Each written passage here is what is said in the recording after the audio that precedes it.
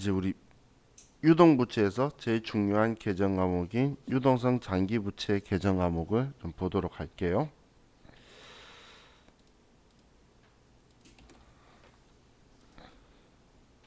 많은 시험에서 결산 때 이 계정 과목이 나오는데, 자, 예를 들어서 자, 우리가 X1년도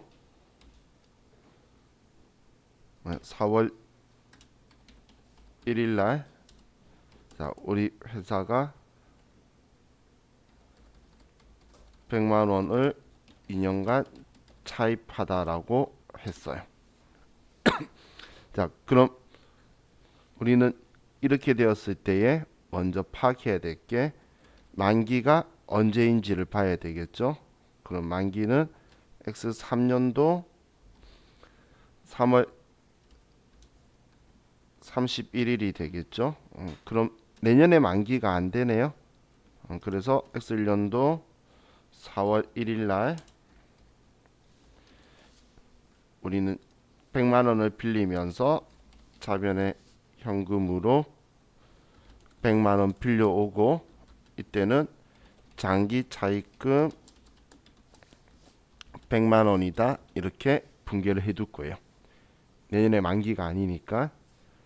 자, 그럼 이렇게 두고 있다가 X1년도 12월 31일 날, 자, 매년 기말되게 되면 이때 우리가 가지고 있는 자산 부채의 상태를 확인을 할 거예요. 그럼 지금 얘가 올해 기말해 봤을 때 내년에 만기가 도래하는지 봤는데 X2년도에 만기가 아니니까 비유동 부채 장기 차입금 그대로 있으면 되겠죠. 그래서 이때는 다른 회계 처리가 없어요. 처리를 할 필요 없겠죠. 이러려고 장기 차입금이라고 써둔 거니까. 자, 그런데 이제 X2년도 12월 31일 기준으로 보게 되면, 자, 이 시점에서 우리가 또 정리하려고 봤더니 만기가 내년이죠. 이제 X2년도 12월 31일이면 만기가 한 3달 뒤에 갚아야 된다는 이야기예요. 그런데 이걸 우리가 비유동 부채로 두면 안 되겠죠. 외부 이해관계자한테 이대로 두게 되면 내년에 안 갚아도 된다고 거짓말하게 될 거잖아요. 그런데 3월 31일 날 돈 갚아야 된다는 거예요. 그렇기 때문에 이제는 우리 X2년도 12월 31일 날 이날 작성한 거 가지고 내년 X3년도에 사용할 거니까 올해 갚아야 되는 유동부채로 전환을 해야 되겠죠. 그렇기 때문에 이제 이 장기 차입금 계정 과목을 유동부채 계정 과목으로 바꿔줄 거예요. 그럼 이제 얘를 지워주기 위해서 차변에 장기 차입금이 이제 차변으로 오게 되고, 이때 우리는 장기 차입금을 유동부채로 바꿔주는 계정 과목이 유동성 장기부채라는 계정 과목이 되는 거예요. 자, 그래서 유동성 장기부채라는 이 계정 과목은 장기 차입금의 유동성 대체 계정 과목이다라고 기억하시면 돼요. 우리는 기말에 비유동으로 뒀던 게 유동으로 변화하게 되면 모든 자산이든 부채는 전부 다 유동으로 변화를 시킬 거예요. 그럼 이 부채 중에서 장기 차입금이 내년에 상환해야 되면 그때 우리가 대체시키는 계정 과목으로 유동성 장기 부채라는 계정 과목을 쓰게 될 거예요. 자, 그럼 이렇게 했다가 그럼 X3년도 3월 31일 날, 자, 우리는 이제 100만 원을 갚을 건데 우리 장부엔 장기 차입금이 아니라 이 계정 과목 지우고 이걸로 바꿔뒀죠. 그렇기 때문에 이 유동성 장기 부채를 이제 갚을 거니까 상환할 때 유동성 장기 부채를 지워주고, 그리고 대변에 이제 돈 100만 원을 갚으니까 대변에서 지급해주면 이 분계가 끝나게 돼요. 자, 그럼 이 유동성 장기 부채도 부채예요. 그리고 유동 부채고, 그러기 때문에 우리는 거래처를 안 써서 틀리는 사람이 무진장 많아요. 자, 이건 결산할 때 나오는 거고, 그럼 결산할 때에 우리가 만기가 언제인지를 봐서 내년에 만기가 도래하는 부분만 유동성 대체를 해줄 거고, 그리고 일반 전표에서는 정기 말 유동성 대체하였던 장기 차입금을 금일 상환하다라고 하게 되면 우리는 문제선 장기 차입금이라고만 말하고 있지만 유동성 대체하였던 장기 차입금이면 장부에 유동성 장기 부채로 적혀 있겠구나. 그래서 알아서 유동성 장기 부채를 지워줘야 된다라는 거예요. 그렇기 때문에 이 유동성 장기 부채에서 이분계가 시험에 웬만하면 매 회차마다 그냥 거의 나오고 있다라고 보시면 돼요. 그래서 우리도 회계 1급 세무 2급 시험을 보기 때문에 나올 확률은 매우 높은 거라서 나중에 기출문제 풀 때쯤 되면 제가 말할 거예요. 이거 틀리시는 분은 이 분계 그냥 외우시고 거래처하고 금액만 문제 있는 거 쓰세요라고 할 만큼 자주 등장하는 분계니까. 그럼 제가 방금 거래처하고 금액이라고 그랬죠. 다 잘해놓고선 얘한테 거래처를 안 쓰시는 분들이 있어요. 그렇기 때문에 얘도 유동 부채예요. 부채이기 때문에 거래처를 안 쓰시면 안 돼요. 그래서 꼭 써야 되는 계정 과목이고, 지금 얘는 장기 차입금 비유동 부채를 유동 부채로 바꿔주는 거죠. 자, 우리는 용어에서 비유동을 자산이든 부채든 비유동을 유동으로 변화시키는 걸 우리는 유동성 대체라고 표현하는 거예요. 그럼 지금 방금 한 작업은 비유동 부채를 유동 부채로 대체를 하는데 그때 사용한 계정 과목이 유동성 장기 부채인 거고, 그럼 지금 얘는 비유동 부채를 유동 부채로 전환시킨 상황이다라고 기억하시면 돼요.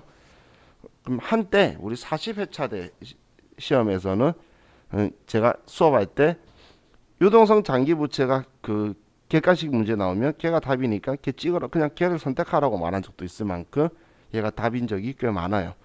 그런데 지금 현재는 이제 또 다른 계정 과목들이랑 섞여서 좀 나오는데, 그래도 얘가 유동부채인지 아닌지는 계속 언급을 하고 있으니까 이런 목적으로도 기억해 두시고 실기 목적으로도 기말 계산할 때에 정리하는 거 꼭 기억해 두시면 좋을 것 같아요. 자, 이게 이제 우리 유동성 대체에 대해서 유동성 장기 부채를 받고, 자 이제 다음 페이지를 넘기면 이제 사채라고 적혀 있죠. 비유동 부채에서. 자, 장기성 매입 채무라고 적혀 있는 거는 안 써요. 어느 거래처가 우리가 오랫동안 외상으로 물건 사왔는데, 원재료 사왔는데 내년 말고 내후년에 돈 갚아라고 말하는 아름다운 회사는 없어요. 그렇기 때문에 얘는 현실적으로 불가능한 계정 과목이고, 이제 장기 차입금은 뭐 우리가 제가 특별하게 말 안 해도 아시겠죠. 방금도 분개하는데 그 계정 과목 모르시는 눈빛은 없었던 것 같아요. 그래서 우리가 돈 빌려왔는데 상환이 보고기간 종료로부터 1년 이후인 경우에 장기 차입금이라고 쓰는 거죠. 자, 그럼 우리가 이제 처음 보는 계정 과목이 사채라는 계정 과목과 퇴직급여 충당부채라는 계정 과목이 있는데, 자, 이 사채라는 계정 과목을 좀 먼저 볼게요.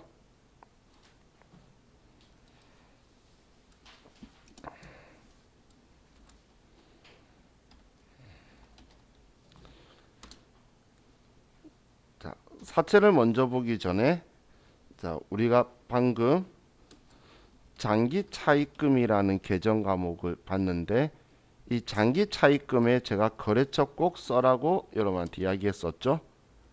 이 거래처를 쓰라고 표현한 거는 다른 의미로 해석을 하면 특정인에게 우리 회사 기업이 금전을 차입했다라는 거죠. 그죠? 그러니까 A라는 사람한테 갚아라고 이야기를 하는 거죠. 그럼 지금 우리가 보는 이 사채라는 거는 특정인이 아니라 불특정 다수에게 대량의 금전을 차입하는 수단이에요. 누군가에게 돈 빌리는 게 아니라 우리가 채권, 회사채라는 채권을 발행해서 돈을 빌리는 수단인 거예요. 우리가 투자 받는 게 아니고 돈 빌리는 수단으로 쓰는 게 사채예요. 과거에는 회사채라는 표현을 많이 썼는데 근데 이 사자가 사채할 때 사자가 회사 사자예요. 여러분들이 그 집에서 TV 보면 그 대출 광고 나오는 그 사채는 개인 사자고 그 사채고 지금 우리가 지금 공부하는 이 사채는 회사 사자인 사채예요. 그래서 회사채 발행한다라는 거고 회계에서는 그냥 사채로 이름을 줄였는데 그런데 회계 말고 우리 상법 회사법에서 이 사채 채권을 다루는데 그 상법에서는 아직도 회사채라고 쓰고 있어요. 그래서 두 개의 용어가 좀 혼용되면서 쓰고 있다고 보시면 돼요. 그럼 자, 이 두 개를 가지고 조금 생각을 해보면 지금 장기 차입금 A라는 사람한테 돈 빌렸다라고 하는데 그냥 돈 빌린다면 빌렸을 때에 그냥 돈 빌려올까요? 일반적으로 금전소비대차 계약서나 차용증 같은 거 써서 돈을 빌려오게 되겠죠. 그죠? 그냥 우리 장기 차입금은 회계 장부상에는 이렇게 쓰지만 이걸 했을 때는 얘는 우리 금전소비대차 계약서라든지 아니면 차용증 같은 것들을 서로 작성을 할 거예요. 그럼 이 금전소비대차 계약서나 이 차용증에 보면 들어있는 내용이 우리가 원금 얼마 나중에 갚아야 될지 그리고 뭐 상환일, 이자율, 뭐 이자 금액 이런 것들이 적혀 있겠죠. 그래서 얼마 빌렸다, 너 언제까지 갚을 거다, 이자 언제 줄 거다 이런 것들이 여기 적혀 있을 거예요. 여러분들이 친구하고 돈 주고받고 빌릴 때는 친구한테 빌려주는 건 좋은 마음이죠. 그래서 공증비는 빌려주는 여러분이 쓰면서 친구하고는 금전소비대차 계약서를 써서 우리 법무법인에서 공증받는 걸 권해요. 제가 잘 안 그래서 그런 건데 차용증 이런 걸 쓸모없어요. 여러분 죽을 때까지 못 받고 친구도 버리고 돈도 버려요. 근데 금전소비대차 계약서를 쓰죠. 그러면 어차피 친구는 버리잖아. 돈 안 갚으면. 그럼 돈은 무조건 받을 수 있어요. 교도소 가 있으면 행정죄로 바로 교도소 가요. 집행 절차가 엄청 편해요. 법원에 가면 그 집행관이 그냥 바로 가지고 집행해줘요. 그래서 금전소비대차 계약서는 그 적을 때 법무부에 줄쭉 쓰면서 원금만 가지고 언제 며칠 어느 통장으로 다 적어요. 딱. 그리고 이자도 며칠 어느 통장으로 언제 몇 해면 몇 해 딱 적혀있어 날짜가. 그 날짜에 그 집행 안 하면 바로 그냥 가지고 법원 가면 돼요. 친구한테 전화할 필요 없어요. 그러면 걔 빼고 싶으면 걔 가족이든 누군가가 나한테 돈 갖고 합의 써주고 빼갈 거예요. 제가 이런 말 하는 건 저도 수없이 많은 돈을 친구도 버리고 돈도 버려봤기 때문에 그럴 거면 차라리 돈이라도 찾지. 돈 안 가면 친구가 의리로 그냥 뒀는데 연락이 안 오면 걔리 둘 다 버리는 느낌이죠. 그럴 거면 돈이라도 찾아야지. 그래서 제가 친구와의 거래는 무조건 금전소비대차 계약이다. 그래서 친구한테 처음 빌려줄 때는 서로 좋은 마음으로 빌려주잖아. 그러니까 공증비는 얼마 안 되니까 내 돈으로 내주면 될 거잖아. 그래도 안 빌려갈 놈이면 처음부터 사이실 계획인 거예요. 그 안 써줄 놈이면. 그죠? 자, 그냥 우스갯소리를 말했지만 마음 한켠에는 진심이 있어요. 제가 수없이 많은 돈이 친구들과 함께 사라졌기 때문에.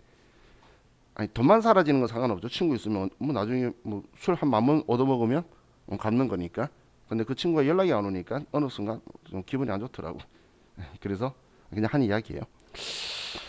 자, 그럼 지금 우리가 일반적으로 돈을 빌릴 때도 이런 계약서를 쓰는데 지금 이 채권은 우리 회사가 그 누군가한테도 아니고 그냥 채권을 발행해서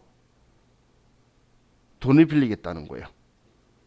그럼 지금 얘는 사채는 돈 빌리는 수단이 채권을 발행을 해서 돈을 빌리겠다는 건데 그럼 이 채권에 대해서 우리가 내용을 들여다보면 이 채권에도 금전소비대차 계약서처럼 얼마의 금액을 만기되면 갚겠다라고 액면가가 적혀 있고 그리고 언제 만기까지 빌려달라고 하는 이제 만기일이 적혀 있어요. 그리고 얼마 이자를 주겠다라고 매년 연 이자인 액면 이자율이 적혀 있을 거라는 거예요. 그럼 이렇게 적혀 있는데 이걸 본권을 소지한 자에게 지급하여 주십시오라고 적혀 있을 거예요. 이 채권을 가지고 있는 사람. 그렇기 때문에 특정 한 사람이 아니라 이 채권을 가진 사람한테 빌려주니까 우리 이 채권은 서로 사고도 팔 수 있는 거예요. 5년짜리인데 내가 1년간 보유하고 있다가 이제 난 1년 이자 받았으니까 난 이제 이거 가지고 빌려줄 여유 없고 현금화할 거야. 그럼 다른 사람한테 팔 수도 있다는 거예요. 그럼 그 사람은 또 그 사람이 보유하고 있는 기간 동안에 이자를 받아가면 되는 방식으로 이 채권을 거래할 건데, 근데 여기에 적혀 있는 이 액면 금액이나 만기일을 지켜야 되는데, 이 만기일이나 이자를 꼭 줘야 되는데 그 이 이자를 제대로 안 지킬 수가 있겠죠. 그죠? 그럼 이거 안 지킨다고 해서 뭐 상대방 발행한 사람이 제재를 당하지 않는다면 불안해서 아무도 돈 안 빌려줄 거예요. 그렇기 때문에 이 채권에 관련된 거는 대한민국 상법에서 관리를 하고 있어요. 상법에서 그냥 유도리도 없이 그냥 무조건 강압적으로 채권 발행한 사람은 무조건 더도 말고 덜도 말고 1원도 더 주지도 말고 1원도 덜 주지도 말고 딱 액면가를 갚고 무조건 정해진 날에 액면 이자를 갚아라. 액면 이자를 지급하라. 그날에 지급하지 않으면 너네 회사는 발행한 회사는 바로 부도다라고 법으로 명시하고 있어요. 그렇기 때문에 우리가 처음에 현금이라는 개정 과목 공부할 때 만기가 도래한 채권, 증권 등의 이자표라는 것도 적혀 있는 거 의원님 한번 본 적이 있으신 분들이 있으실 건데 왜 책에 적혀 있어요? 걔를 현금이라고 말하는 이유가 그 만기가 된 이자표를 가지고 은행 가서 지급 요청했는데 지급 거절이 되죠. 안 나오면 그 발행한 회사는 그냥 바로 부도예요. 그 자리에서. 그러면 이제 상법이 보호해 주니까 이 채권을 사는 사람들도 그 권리를 보장받을 수가 있겠죠. 그걸 믿고 이 채권을 우리가 흔히 하는 표현으로는 채권 발행하고 채권 산다고 말하지만 발행하는 사람은 돈 빌리는 거고 그걸 사주는 사람은 돈 빌려주는 거예요. 그럼 만기가 되면 이제 돈 갚고 이런 방식으로 될 거라는 거예요. 자, 그래서 우리는 지금 이제 이 사채를 과거에는 사채를 우리가 사면 채권을 우리가 받아오면 산 거라고 표현하지만 돈 빌려준 거죠. 채권은 만기되면 내 돈 돌려받을 거니까 원금 받을 거니까 빌려주는 건데 그때 채권을 빌려왔을 때는 제가 이걸 채무증권이라고 하면서 우리 보유 목적에 따라서 만기 보유 증권, 지분법 적용 만기 보유 증권, 매도 가능 증권, 단기 매매 증권 중에 하나로 분류한다. 이건 내가 사올 때고 이번엔 거꾸로 지금 내가 돈 빌리기 위해서 얘를 발행하는 거예요. 내가 돈 빌려오는 거니까 지금 부채에서 하는 거잖아요. 그죠? 자, 그럼 이거. 자, 이제 이 사채를 가지고 보면 자, 숫자를 예를 들어서 좀 볼게요. 자, 우리 회사가 사채를 발행하는데 자, 이 사채에는 먼저 액면가가 있어요. 액면가를 다른 말로 표시가액 이렇게 표현할 거예요. 채권에 표시되어 있다고 표시가라고 말하는 거예요. 액면에 적혀 있다고 액면가라고 말하고 그럼 이 액면가가 자 100만 원이다라고 볼게요.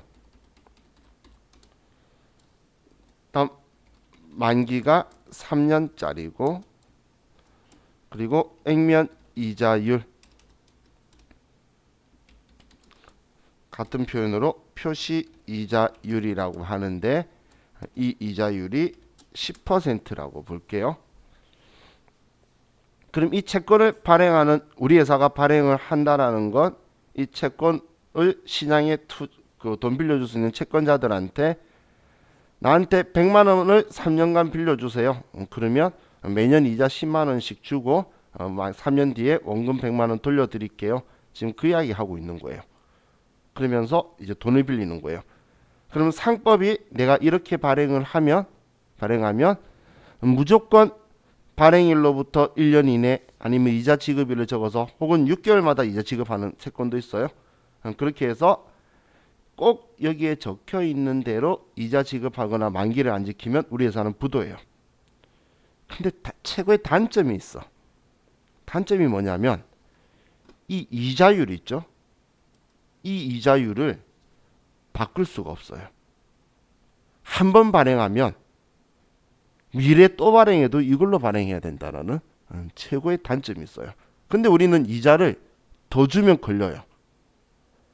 덜 줘도 걸려요. 딱 이것만 줘야 돼요.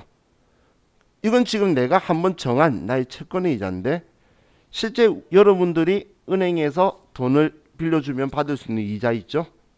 그걸 뭐라고 하냐면 시장 이자율이라고 그래요. 그럼 이건 상법이 정하고 있는데 우리 시장 이자율은 계속 변동이 일어나고 있죠. 지금 현재는 매우 낮잖아. 또 과거에는 엄청 높았죠. 이건 이자율은 엄청 널뛰기 하기처럼 변하기 때문에 내가 발행하는 채권하고 이자의 차이 때문에 외부 이해관계자가 나한테 돈 빌려주는 데에 문제점이 발생한다는 거예요. 그럼 이 시장 이자율이 예를 세 가지를 들 건데 하나는 그냥 똑같이 10%인 경우를 좀 볼게요. 지금 내가 발행하는 채권하고 시장에 형성된 이자가 10%인 경우하고 지금 세 개 할 거는 이렇게 할 거예요.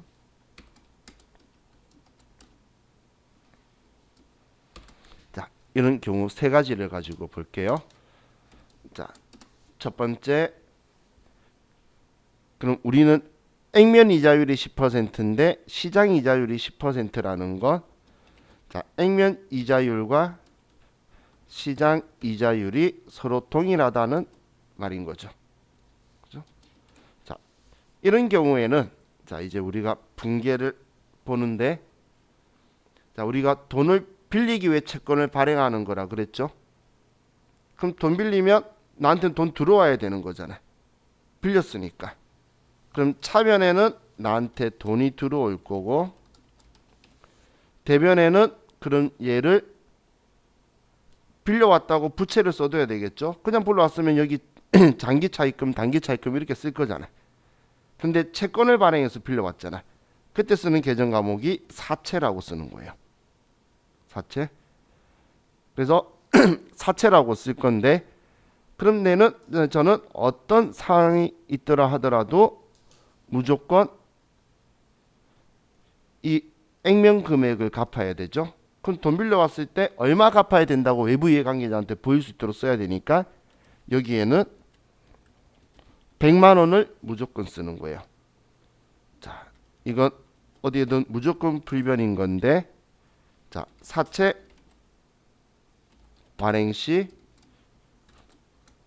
대변에 사채 계정 과목을 쓰고 그리고 금액은 무조건 액면가를 쓰는 거예요. 제가 수업하면서 무조건이라는 표현은 잘 안 써요. 왜냐면 저도 살아나갈 구명을 만들기 위해서 원칙적으로 그랬다 예외를 다는데 얘는 액면가 안 쓰면 그냥 틀린 거예요.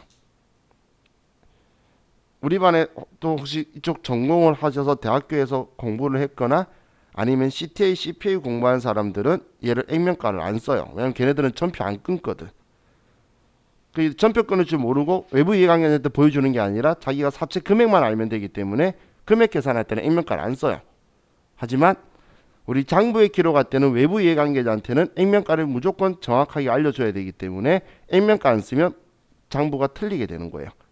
그래서 무조건 여기에는 액면가 쓰는 거예요. 얘는 불변이에요. 얘는 1, 2, 3번이든 어떤 경우가 생기든 간에 무조건 얘는 불변. 무조건 액면가예요. 자, 기억하셔야 돼요. 왜냐면 나중에 무조건 이거 갚아야 되니까 내 갚아야 되는 돈을 써두는 거예요. 그리고 나는 돈을 받을 건데 자, 제가 발행하는 채권이고 여러분들이 채권자 입장이라고 볼게요.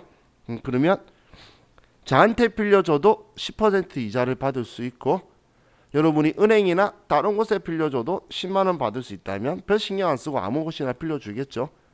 그렇기 때문에 저도 그냥 동등한 입장이라서 제가 딴 생각이나 다른 옵션을 걸 필요가 없어요. 그래서 그냥 나도 나한테 자연스럽게 빌려주게 되면 100만 원을 이렇게 빌리게 될 거예요.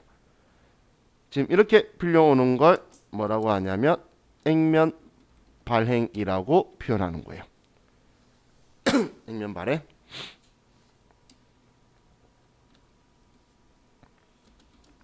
자, 그럼 두 번째는 액면 이자율보다 시장 이자율이 더 큰 경우.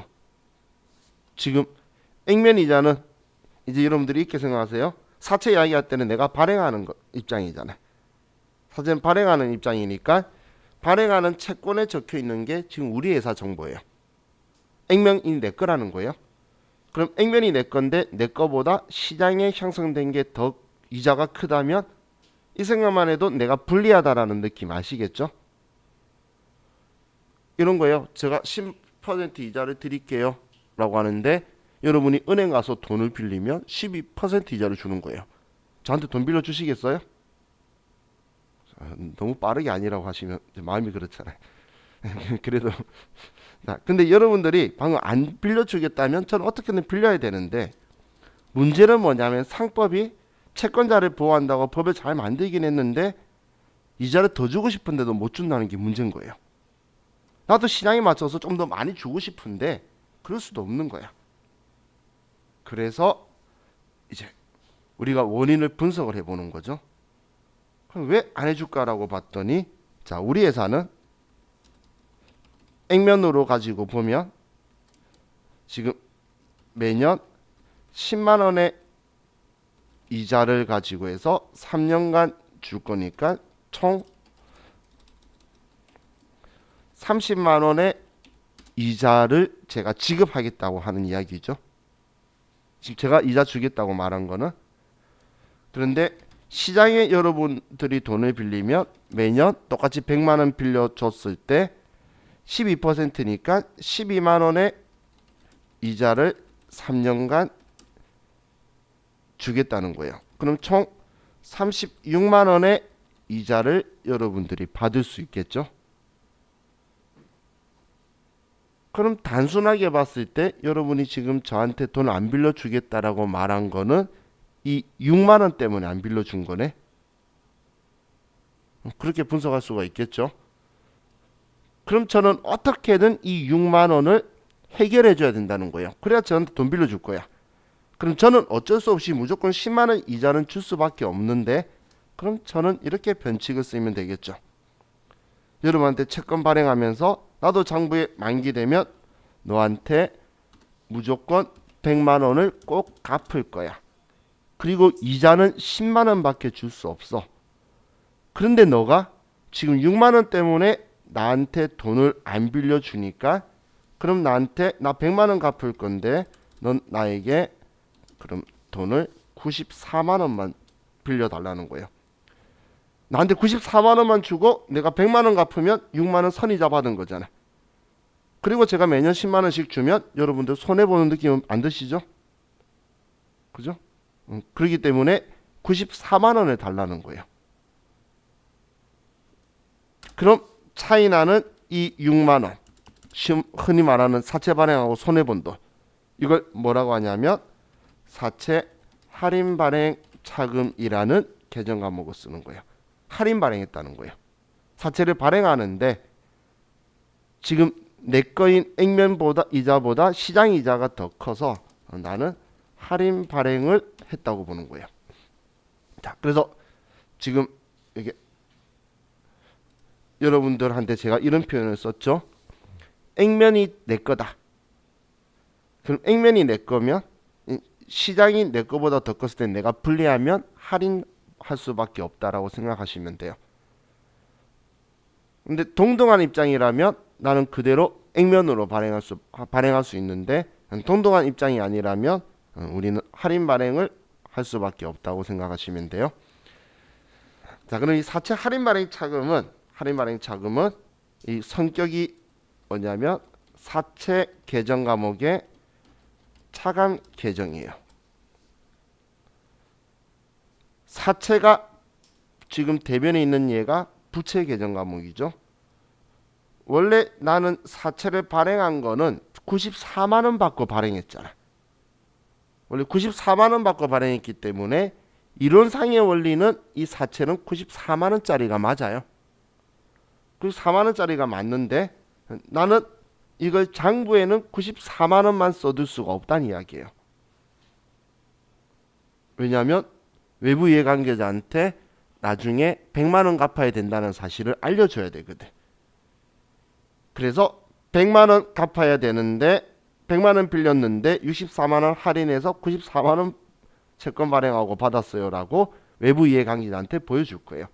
차감 계정은 자기 자리 반대쪽에 쓰는 건데 사채 할인 발행 차금은 부채인 사채의 차감 계정이라서 차변에 있는 거예요. 그럼 지금 얘를 사채 발행가라고도 하는데 이 발행가가 발행 시 장부가액이 되는 거예요. 장부가액이 지금 94만 원이 되는데 이 94만 원이 이 돈을 이야기하는 게 아니고 자, 이 장부가액은 제가 전에 이런 표현을 썼죠.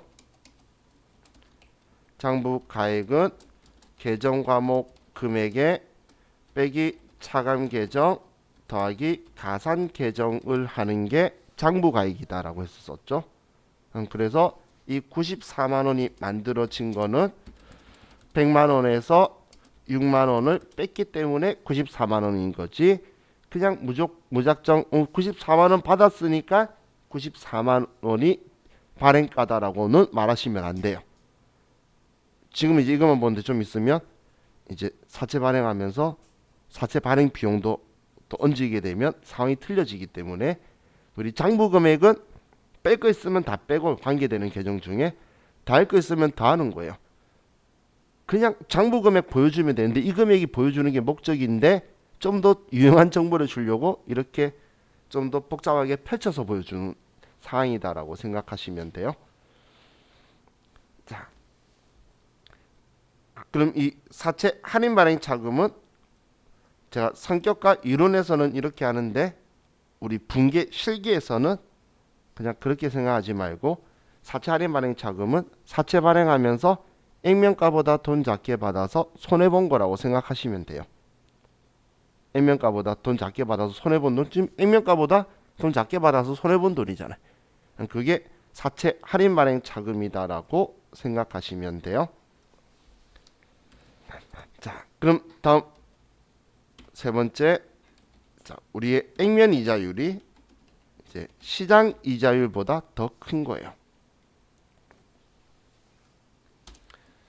자, 그렇다면 지금 앞에 예를 든 건 저한테 돈을 빌려주면 제가 10%의 이자를 지급할 수 있는데 시장에 빌려주면 8% 이자를 여러분들이 받을 수 있는 거예요. 자, 그러면 여러분들은 저한테 돈 빌려줄까요? 근데 중요한 건 제가 싫어요. 그죠? 왜냐면 제가 어떻게든 시장에서 돈 조금씩이라도 끌어오면 8% 이자만 주면 되는데 내가 채권을 발행해서 이자를 주면 10%를 줘야 되니까 내가 이자가 더 많이 나가잖아요. 그래서 내가 발행하기가 싫은 거예요. 채권 발행해서 돈 빌리기가 싫은 거야. 그런데 여러분은 꼭 저한테 돈 빌려주고 싶대. 저한테 이자 받고 싶대. 왜 그런 일이 일어나냐면 우리나라에서는 안 일어나요. 그 급격한 인플레이션이 일어나는 국가들이 있어요. 그 잠무배안가 뭔가 이런 발음도 좀 신기한 그런 나라들은 인플레이션이 너무 심해서 화폐 개혁 두세 번 했는데도 햄버거 사는데 그 나라 화폐 단위로 1억씩 막 나오고 막 몇 조 몇 경 화폐 나오는 게 그 나라죠. 그 막 인터넷 뜨는 게 근데 화폐 개혁 두 번 했는데도 인플레이션이 급격하게 일어나면 국가 재정의 통화를 안 믿어요. 그러면 기능 통화를 쓰고 있는 기업체에 돈 빌려 주려고 막 하는 거예요.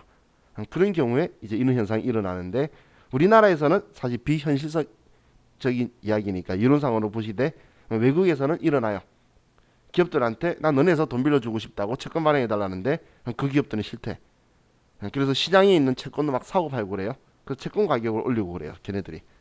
그럼 걔네들이 비싼 돈 주고 원금이 작은데도 왜 그렇게 하냐면 화폐 가치 하락을 그걸로 막을 수가 있잖아. 기업이 망하지 않은 이상 막을 수가 있겠죠. 그래서 자기들이 손해를 보더라도 빌려고 하는 거예요. 그럼 상대방이 저한테 이렇게 생각을 해보는 거예요. 우리 회사는 지금 위에처럼 액면으로 발행하면 매년 10만 원씩 총 3년을 하면 총 30만 원을 나한테 내가 주게 되는데 시장에 주게 되면 매년 8% 이자니까 8만 원이고 3년을 하면 총 38, 24만 원이 이자가 되게 되죠. 그럼 제 입장에서는 이 6만 원 때문에 채권 발행해서 돈을 안 빌려 쓴다라고 판단할 수가 있겠죠. 그래서 상대방은 나에게 이렇게 제안을 하는 거예요. 너 만기가 되면 나한테 꼭 100만 원을 갚아야 돼. 100만 원짜리 채권을 발행해 줘봐. 그리고 이자도 10만 원씩 줘야 되는데 너가 그 금액이 과잉이고 많다라고 생각이 드니까 내가 그걸 해소해 줄게. 10만 원 이자 꼭 챙겨줘야 돼. 그럼 내가 너 부담되는 그 이자를 채워서 106만 원을 줄 테니까 넌 만기 되면 100만 원 갚으면 돼. 그리고 이자는 10만 원씩 달라고 하는 거예요. 그럼 저는 106만 원 받아서 그 6만 원은 내가 받아줬으니까 이거 가지고 10만 원씩 이자 주면 위에 있는 이 사항을 해소할 수가 있겠죠. 그럼 이때 차이 나는 금액 6만 원을 얘를 사채 할증 발행 차금이라고 하는 거예요. 이제 많이 받게 되면 할증이라는 계정 과목을 쓰게 되는 거예요. 그래서 지금 시장 이자보다 우리 거인 액면 이자가 더 크면 우리가 유리한 조건에 서기 때문에 할증 발행을 하게 되는 거예요. 할증 발행을. 그럼 이 사채 할증 발행 차금이라는 이 계정 과목의 성격은 사채의 가산 계정이에요.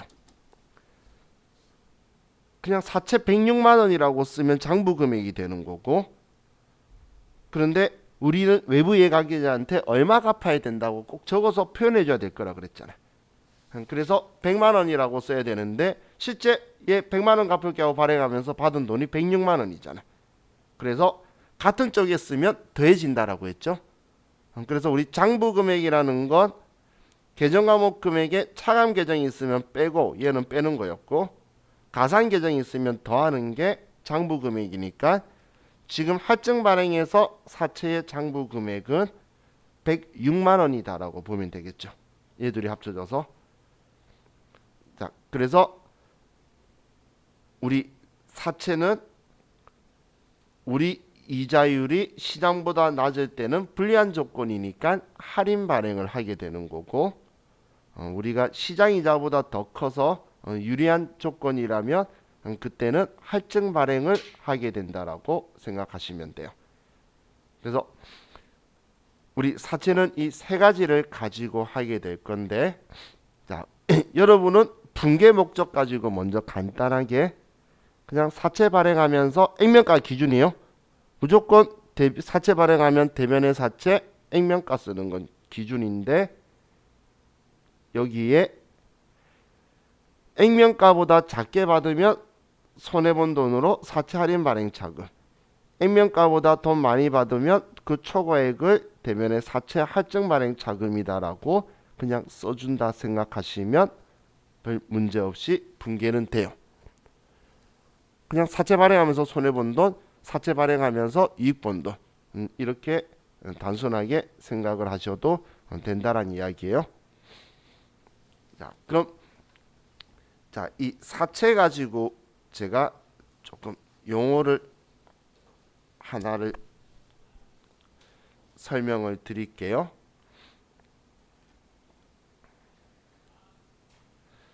자, 우리 사채 할인 발행했던 이걸 가지고 좀 볼게요. 이걸 그대로 좀 복사를 해서.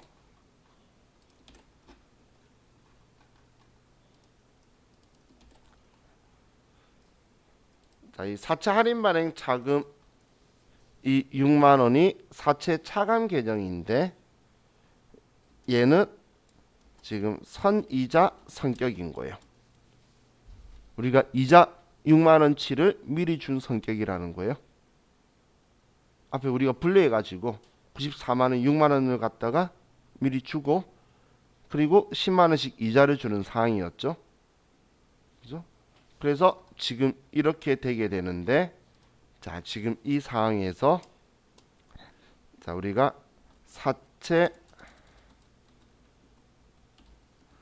발행비가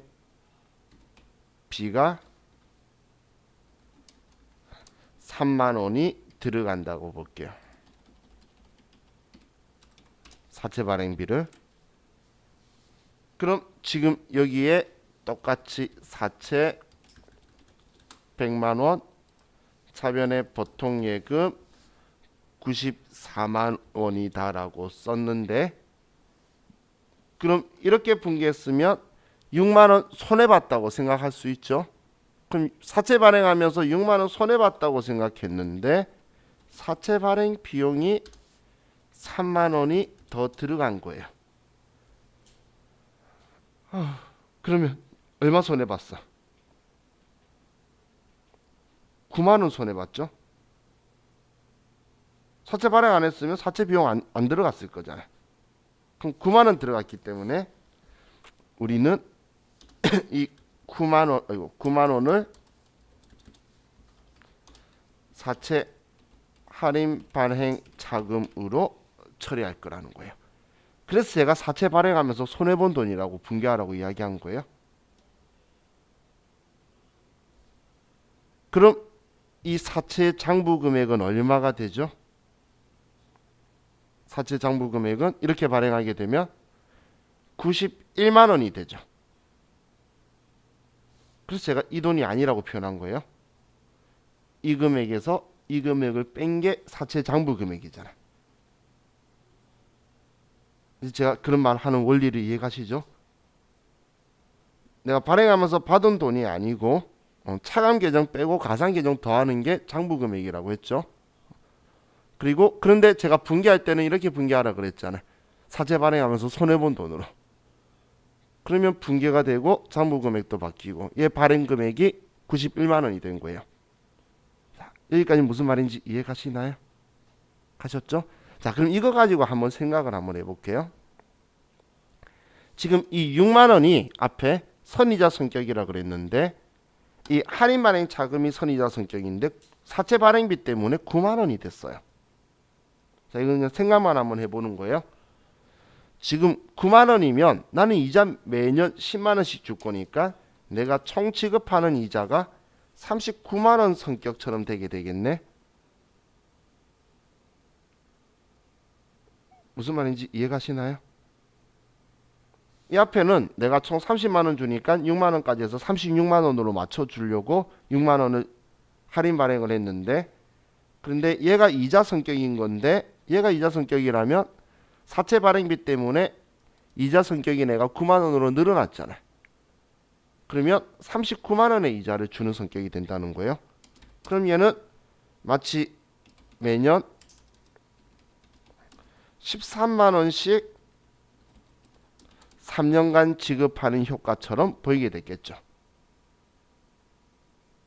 마치 이 사채 발행비까지도 이자로 생각을 해버리면은 나는 13만 원씩 이자 주는 것처럼 되는데 이렇게 하면 이자율이 13%인 것처럼 보이네요. 자, 이건 계산하는 거 아니에요. 개념 제가 용어 하나 설명드리려고 하는 거예요.